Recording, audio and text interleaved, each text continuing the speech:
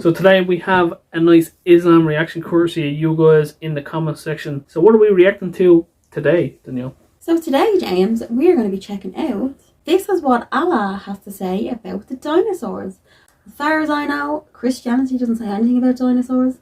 So let's see what Allah has to say. Before we get into that, if this is your first time on Unstable TV, do not forget to like, subscribe, comment, share, hit that bell. And if you're back with us again, hi! Let's get Jurassic. Let's go! So what about the dinosaurs that were here before human beings? Do we even believe in dinosaurs? What about the disgusting little creatures and critters? Why did Allah subhanahu wa ta'ala create them? And what do we have to say about them? First of all, the most beneficial aspect when you're speaking about the creation of the animals is that which relates to us. And what that means is, Ibn al-Qayyim rahimahullah ta'ala said, Allah created us as human beings between the angels and the animals. And so you have angels that have absolutely no desire, no will, their sole purpose, existence is just to worship Allah subhanahu wa ta'ala, and so they're free from those desires. And then you have on the other side the animals, who don't have reasoning and don't worship Allah subhanahu wa ta'ala the way that the angels do, and they're just full of desires, unrestricted desires. And Ibn al-Qayyim rahimahullah said, we find ourselves in between. And what that means is, if we incline towards our desires more, our unrestricted desires more, then we become like animals. And if we incline towards worship and reason, then we become like the angels. Now, when we talk about, the chronological order of creation, Islam actually does clearly say that animals were created before human beings.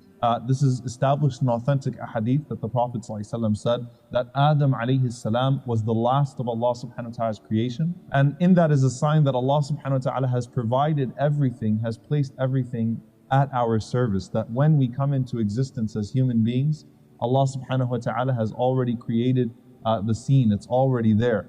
Allah Azza wa Jal also says in the Quran, in Surah Luqman, Allah subhanahu wa ta'ala said that He created the skies, the heavens without pillars that you see, and He's cast into this earth firmly set mountains so that it keeps it stable, and He spread throughout this earth all types of creatures. Dabba means beasts, means any type of creature that you can imagine.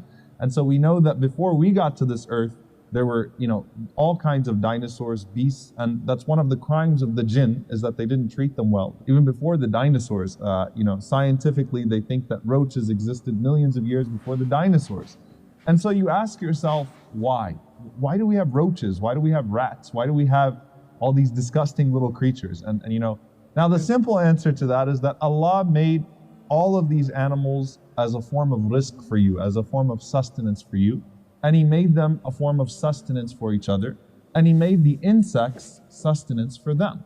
When a bird is alive, it feasts on ants, it eats ants. When the bird dies, the ants eat the bird. And subhanAllah, we find that the animals actually see things that we are incapable of seeing. And you'll find, the color spectrum even, that there are some animals, when they look at something, our color spectrum is far more limited than them, meaning they're able to see light and they're able to see different colors that we wouldn't even know existed, even though they'd be looking at the same surface. And the Prophet ﷺ gives us something beneficial in that regard. He says, ﷺ, that when you see the crowing of a rooster, ask Allah subhanahu wa ta'ala for His blessings, because that rooster has seen an angel. And the Prophet ﷺ said, when you hear the braying of a donkey, then ask Allah subhanahu wa ta'ala for refuge, because that donkey, فَإِنَّهُ رَأَى شَيْطَانٍ, that donkey has seen a devil. One of the times of accepted dua is the time when a rooster crows, because the Prophet ﷺ says that it's seen an angel, it's seen a light source that Allah subhanahu wa ta'ala created that we are incapable of seeing. First off, a very big shout out to the original content creator. Make sure you check them out, give them a like, subscribe and share.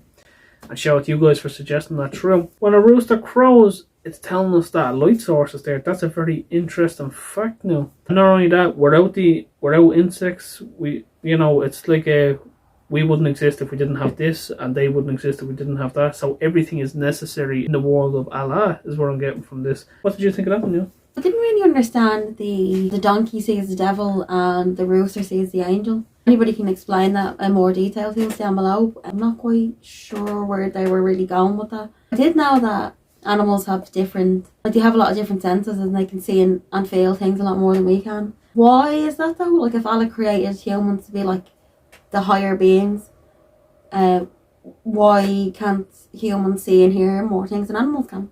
Yeah, that's a good question. Why are we limited?